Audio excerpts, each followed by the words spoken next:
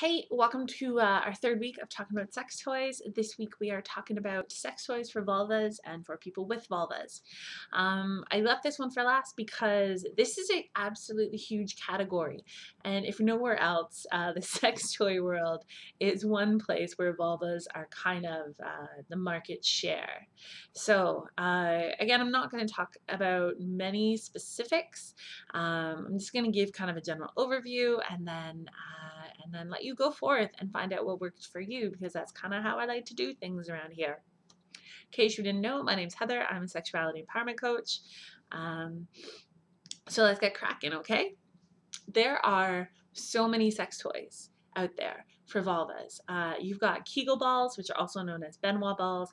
There are dildos and dongs. There are vibrators. And then in the category of vibrators, there are internal vibrators, there are external vibrators, there are hands-free vibrators, there are battery operated wireless wire, the Hitachi Magic Wand, often called the Cadillac of vibrators. That plugs into a wall because it's so intense. There are alarm clock vibrators. There's something called the Rooster. It operates on an alarm clock.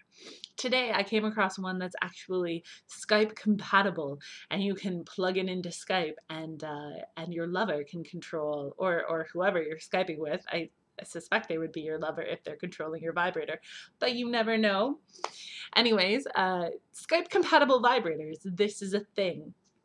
There are also strap-ons, which technically not necessarily a sex toy, but you use them during sex, so I'm going to count them anyways. And there are millions of different strap-on styles and harnesses, everything from little bits of leather to full-on underwear like rodeos or the Sasha harness. And then there are also, I guess you can't really call them hands-free strap-ons. You'd have to call them strap-free strap-ons like the Fieldo. And all of these things come in all shapes, all sizes, all colors, all materials. And when I say all materials, I'm talking wood, metal, borosilicate glass, Pyrex, or sometimes people just call them glass. But again, you want to be careful with what exactly you're putting anywhere in your body. There's also silicone, and fun fact I learned about silicone, if you actually have 100% high-grade silicone, it won't degrade when you're putting it against other silicone. So it used to be kind of like going around the sex toy world that you couldn't let silicone touch other silicone. Turns out this isn't actually true. It's just that we weren't using high-quality silicone. Now, you do want to make sure that anything you are putting inside your vulva or against your clitoris or your labia, any of these things, is body safe, okay? Those soft jelly sex toys, turns out no one can actually tell you properly what's in them. So if you do like the squishy jelly toys, make sure you are using condoms to keep anything that's potentially toxic out of your body. Always clean after you use them, and if you're going to be sharing sex toys, make sure that everyone's getting their own condoms. So quality sex toys are not cheap. I'm not going to lie to you. Sometimes people can get a little sticker shock when they go shopping for a vibrator. You were expecting to spend, maybe $20. And when you get there, the stuff you're interested is in the $60 or $80 or $120 range.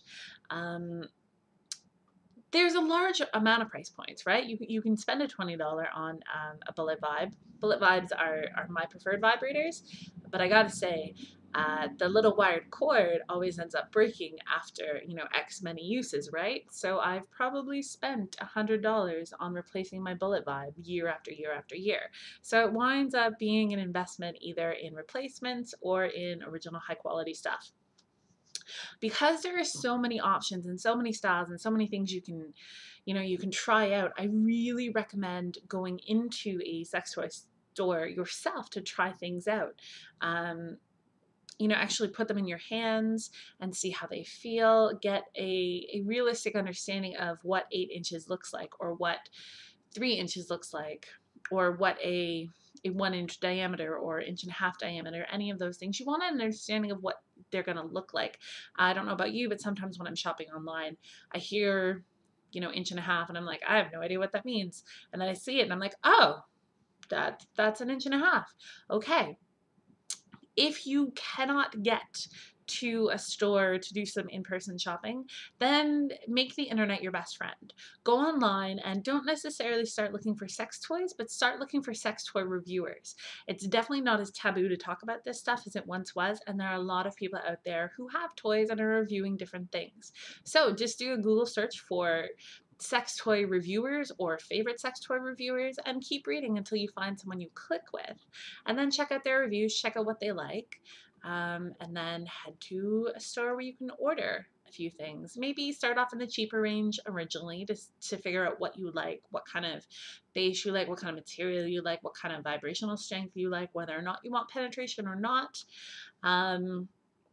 And actually, you know what? I think I'm going to have to make an entirely separate video talking about how to choose vibrators and sex toys that works for you, because this is already 6 minutes and it could go on forever. So I hope you enjoyed the sex toy series. Feel free to add any tips you have for shopping below. That would be awesome. And I'll talk to you later. Bye.